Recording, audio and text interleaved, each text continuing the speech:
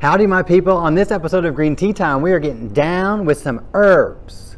All you need, pebbles for the bottom of your pot to help with drainage, soil, and your herbs. I chose 3 different herbs for one pot. Each have different growth habits. I like the different heights and textures. The sage has a taller growth habit. I do like them tall. The basil has a more bushy growing habit. Thyme has a more low ground cover type growing habit.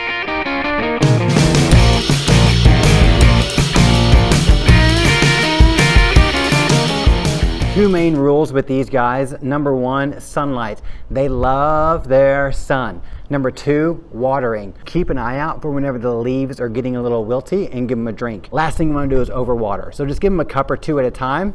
You'll be golden. Alrighty guys, happy herbing, or whatever you want to call planting herbs. I'm not really sure.